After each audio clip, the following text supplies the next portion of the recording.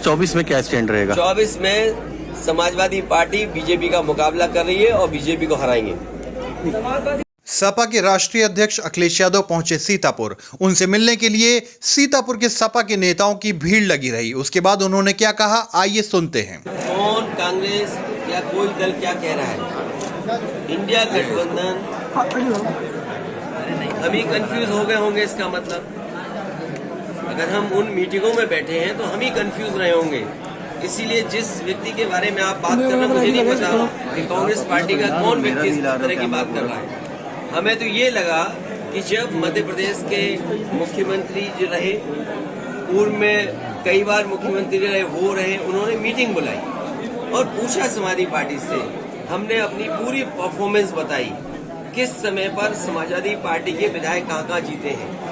कभी 1 जीते, कभी 2 जीते, कभी 5 जीते और किस जगह हम नंबर 2 पे रहे। पूरी चर्चा हुई और रात भर 1 बजे तक समाजवादी पार्टी के नेताओं को जगाया उन्होंने और बातचीत की, पूरे आंकड़े देखे और आश्वासन दिया कि हम 6 सीटों पर विचार करेंगे। लेकिन जब रिजल्ट आया, घोषित की गई सीटें, तो समाजवादी पार्टी शून्य रही।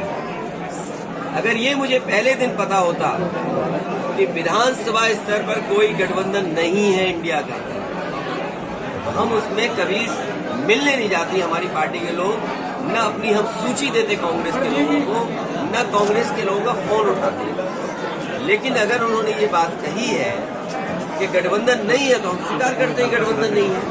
और गठबंधन अगर केवल उत्तर प्रदेश में केंद्र के लिए होगा तो उस समय विचार किया जाएगा और जैसा व्यवहार होगा समाजवादी पार्टी के साथ, वैसा ही व्यवहार उनको देखने को मिलेगा यहाँ पर। सर, उन्होंने कहा कि हमने घोषी में समर्थन किया और ऐसा रहा। तो किस नेता के बारे में बात कर रहा हूँ? ये कांग्रेस के कौन नेता है? उनके प्रदेश अध्यक्ष कह रहे हैं। देखिए, प्रदेश अध्यक्ष की कोई हैसियत नहीं है।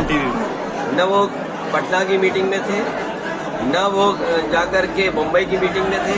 इंडिया के बारे में क्या जानते हैं वो, गठबंधन के बारे में? उनकी क्या हैसियत है जो बोल रहे हैं इस तरह की बात? इजराइल और गाजा की युद्ध, उनसे पूछिए रात को 1 बजे तक क्यों उनके मुख्यमंत्री कमलनाथ जी ने बैठाया, क्यों उनके पूर्व मुख्यमंत्री दिग्विजय सिंह जी ने बैठाया? वो क्या उनके मुख्यमंत्री नहीं है क्या उनके प्रदेश के? अगर वो मुख्यमंत्री नहीं थे तो इस तरह की भाषा नहीं बोलनी चाहिए उनको। और इसका मतलब ये हुआ कि आप दूसरे दलों को बेवकूफ बना रहे हैं आप बैठा कर। मायावती जी ने कहा है कि इजराइल और गाजा युद्ध से सबकी अर्थव्यवस्था पे बीजेपी से मिले हुए लोग हैं, ये कांग्रेस के लोग बीजेपी से मिले हुए लोग हैं।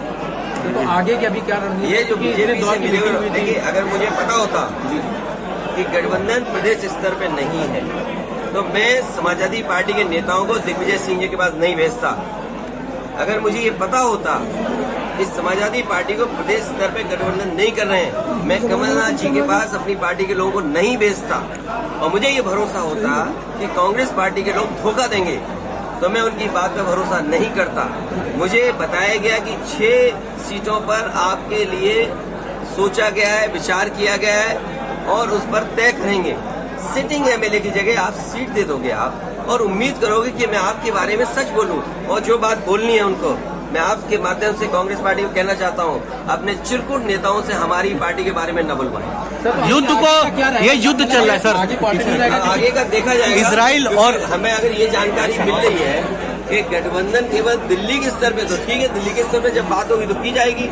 एमपी सीटों पे अगर बात की जाएगी तब देखा जाएगा।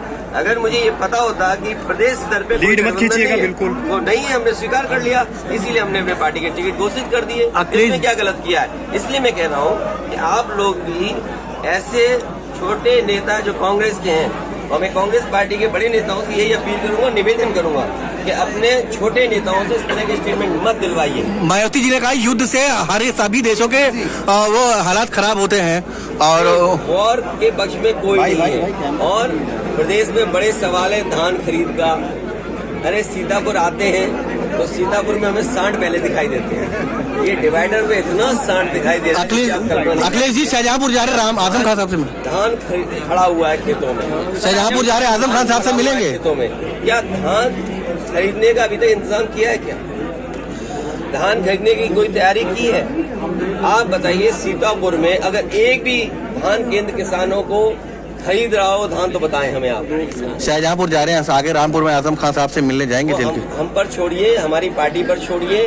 अब ये बातें क्यों पूछते हो कौन किससे उनसे हमारा संपर्क है, लगातार बातचीत हुई है। वो हमारी पार्टी और हमारा परिवार है, हमें फैसला लेने दो क्या करना। इसमें राजनीति मत ढूंढिए, इसमें भी बीजेपी के आप एजेंट मत बनिए। सर 16 तारीख को आप देवरिया गए थे, देवरिया वहाँ पत्रकारों को पीटा गया, उसके बारे में आप क्या कह रहे हैं? हमें दुख है कि बीजेपी के लोग सबको पीट रहे हैं। सर बहुत बुरी तरीके से दौड़ा के मारा गया। दुख है इस बात का कि बीजेपी अगर पत्रकार सही लिखते हैं, अगर पत्रकार सही लिखते हैं तो पत्रकारों के खिलाफ भी जांच हो जाएगी, कार्रवाई हो जाएगी। और आप में से बहुत सारे ऐसे साथी हैं जो इस चीज को फेस कर चुके हैं। सर शिविर की शुरुआत हो रही है, सच्चाई दिखाना चाहते हैं, उन्हें पुलिस कहती है कि हाँ, यही मैं कह रहा हूँ कि अब तो यूट्यूब पे पाबंदी लगा देंगे, इसलिए यूट्यूबर्स भी बड़े सावधान हैं। 24 में अब तक 20 लाख से ज्यादा जो वीडियो का डेटा है हमने डिलीट किया है। गूगल ने अपना डेटा भारत सरकार को बताया कि जो गाइडलाइन के हिसाब से नहीं था। वो ठीक बात है, वो एक अलग विषय है।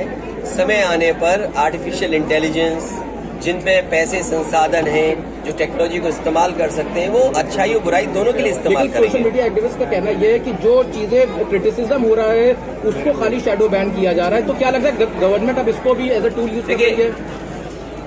इस पे सभी दलों को सोचना पड़ेगा और टेक्नोलॉजी कहाँ तक, किस सीमा तक हम लोगों को कंट्रोल कर रही है, ये कोई टेक्निकल व्यक्ति हमें जानकारी दे सकता है। अगर टेक्नोलॉजी इसलिए यूज हो रही है कि मेरी बात को नहीं पहुंचाया जा सकता दूसरे तक, या हमारे कोई खिलाफ लिख रहा है उस पर हम रोक सकेंगे, तो फिर टेक्नोलॉजी इसका मतलब भेदभाव कर रही है। जिस तरीके से हम पैसा दे करके ऐड देते हैं, तो कहीं ना कहीं इस तरह का होगा कि मुनाफा किसी को दे करके हम पाबंदियां लगवा रहे हों, तो वो फ्री एंड फेयर प्लेटफॉर्म थोड़ी रहा। हम अपने विचार अगर देना चाहें, हमारे विचार निष्पक्ष हों, उस पर भी अगर पाबंदी लग जाएगी तो वो प्लेटफॉर्म कॉमन प्लेटफॉर्म नहीं होना सबके लिए। सर 24 में क्या स्टैंड रहेगा? 24 में समाजवादी पार्टी बीजेपी का मुकाबला कर रही है और बीजेपी को हराएंगे।